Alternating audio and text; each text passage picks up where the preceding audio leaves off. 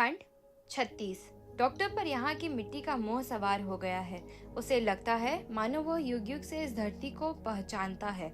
यह अपनी मिट्टी है।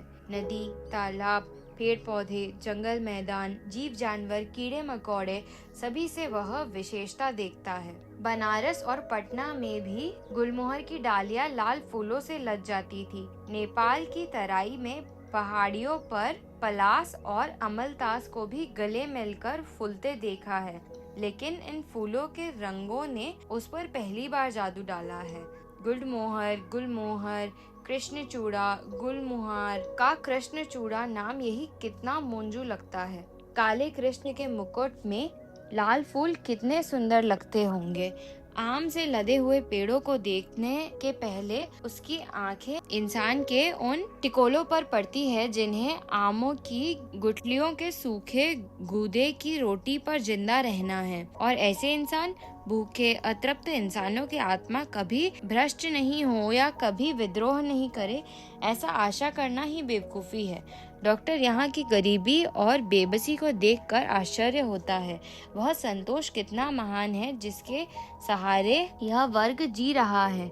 आखिर वह कौन सा कठोर विधान है जिसने हजारों हजार शुद्धतों को अनुशासन में बांध रखा है। कफ से जकड़े हुए दोनों फेफड़े, ओढ़ने को वस्त्रा नहीं, सोने को चटाई नहीं, पुआल भी नहीं, भीगी हुई धरती पर लेटा निमोनिया का रोगी मरता नहीं है, जी जाता है। कैसे? यहाँ विटामिनों की किस्में उनके अलग अलग गुण और आवश्यकता पर लंबी और चौड़ी फसरियत बनाकर बांटने वालों की बुद्धि पर तरस खाने से क्या फायदा।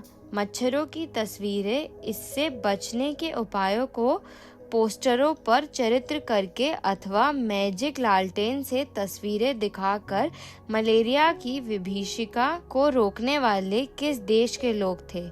यहाँ तो उन मच्छरों की तस्वीरें देखते ही लोग कहते हैं पुरैनिया जिला को लोग मच्छर के लिए बेकार बदनाम करते हैं।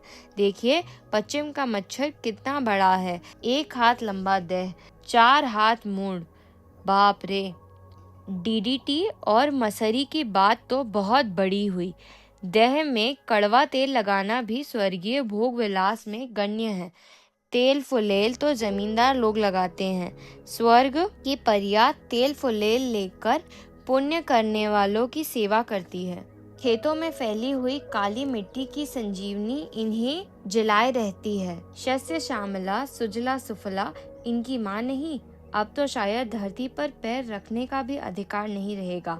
कानून बनने के पहले ही कानून को बेकार करने के तरीके गढ़ लिए जाते हैं। सुई के छेद से हाथी निकाल लेने की बुद्धि ही आज सही बुद्धि है। और लोग तो बकवास करते हैं। बुद्धि विभ्रम रोग से पीड़ित है। जिसके पास हजारों बीघे जमीन है, वह 5 बीघे जमीन की भूख से झटपटा रहा है। बेजमीन आदमी आदमी नहीं, वह तो जानवर है। डॉक्टर ममता को लिखता है, तुम जो भाषा बोलती हो उससे ये नहीं समझ सकते, तुम इनकी भाषा नहीं समझ सकती। तुम जो खाती हो ये नहीं खा सकते, तुम जो पहनती हो ये नहीं पहन सकते। तुम जैसे सोती हो, बैठती हो, हंसती हो, बोलती हो, ये वैसा कुछ नहीं कर सकते। फिर तुम इन्हें आदमी कैसे कहती हो? वह आदमी का डॉक्टर है, जानवर का नहीं। टेस्ट ट्यूबों में आदमी और जानवरों के खून अलग अलग रखे हुए हैं। दोनों के सीरम का अलग अलग जरूरतें हैं। डॉक्टर आदमी के खून वाले ट्यूब को हाथ में लेकर जरा और ऊपर उठाकर गौर से देखता है। वह जानना चाहता है, देखना चाहता है कि इन इंसानों और जानवरों की रक्त कणिका में कितना विभेद है, कितना सामंजस्य है। खून से भरे हुए टेस्ट ट्यूबों में अब कोई आकर्षण नहीं। क्या करेगा यह संजीवनी बूटी खोजकर? उसे नहीं चाहिए संजीवनी। भूख और बेबसी से झटपटाकर मरने से अच्छा है मलेग्नेंट मलेरिया से बेहोश होकर मर जाना। तिल तिल कर घुल घुल कर मरने के लिए उन्हें जलाना बहुत बड़ी क्रूरता होगी। सुनते हैं महात्मा गांधी ने कृष्ण से तड़पते हुए बिछड़े को गोली से मारने की सलाह दी थी। वह नए संसार के लिए इंसान को स्वच्छ और सुंदर बनाना चाहता था। यहाँ इंसान है कहाँ? अभी पहला काम है जानवर को इंसान बनाना। उसने ममता को लिखा है, यहाँ की मिट्टी में बिखरे लाखों लाख इंसानों की जिंदगी के सुनहरे सपनों को बटोर कर, अधूरे अरमानों को बटोर कर यहाँ के प्राणी के जीव कोश में भर देने की कल्पना मैंने कल्पना की थी। हजारों स्वस्थ इंसान हिमालय की कंदराओं में, त्रिवेणी के संगम पर, अरुण तिमोर और सुर्णकोशी के संगम पर यह विशाल डैम बनाने के लिए पर्वत तोड़ परिश्रम कर रहे हैं। लाखों एकड़ बंध्या धरती, कोशी कविलित, मरी हुई मिट्टी शस्य श्यामला हो उठेगी। कफन जैसे सफेद बालू भरे मैदान में धानी रंग की जिंदगी के बेल लग जाएंगे। मकई के खेतों में घास गढ़ती हुई औरतें बेवजह हंस पड़ेंगी। मोती जैसे सफेद दांतों की चमक। डॉक्टर का रिसर्च पूरा हो गया, एकदम कंप्लीट। वह बड़ा डॉक्टर हो गया। डॉक्टर ने रोग की जड़ पकड़ ली है। गरीबी और जहालत इस रोग के दो कीटाणु हैं। एन्फिलिस से भी ज्यादा खतरनाक, सैंड फ्लाई से भी ज्यादा जहरीले हैं यहाँ के। नहीं, शायद वह कालीचरण की तरह तुलनात्मक उदाहरण दे बैठेगा। कालीचरण किसानों के बीच भाषण दे रहा था। ये पूंजीपति और जमींदार खटमलों और मच्छरों की तरह शोषक हैं।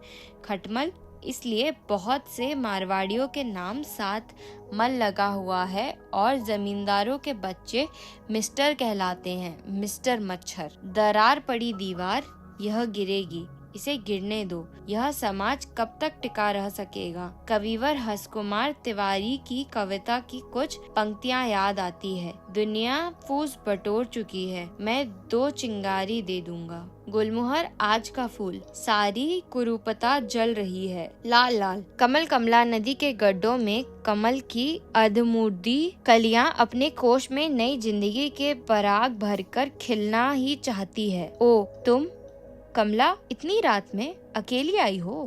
डॉक्टर बोलो, सच बोलो। मैं 1.5 घंटे से खड़ी देख रही हूँ। तुमको क्या हो गया है?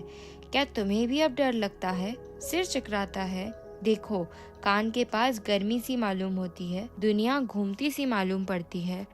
Doctor, doctor. प्यारू, कमल की भीनी भीनी खुशबू, कोमल पंखड़ियों का कमनीय स्पर्श। कमला, ओ, मैं कमला की गोद में हूँ। मुझे नींद न लग जाए। मुझे उठकर बैठ जाना चाहिए। मेरी मंजिल। कमला, चलो तुम्हें पहुंचा दूं। लेटे रहो बेटा। ओह मौसी, तुम आ गई? प्यारू कहता है, कल सुबह से ही सिर्फ चाय पीकर है तो सिर नहीं चक्कर देगा?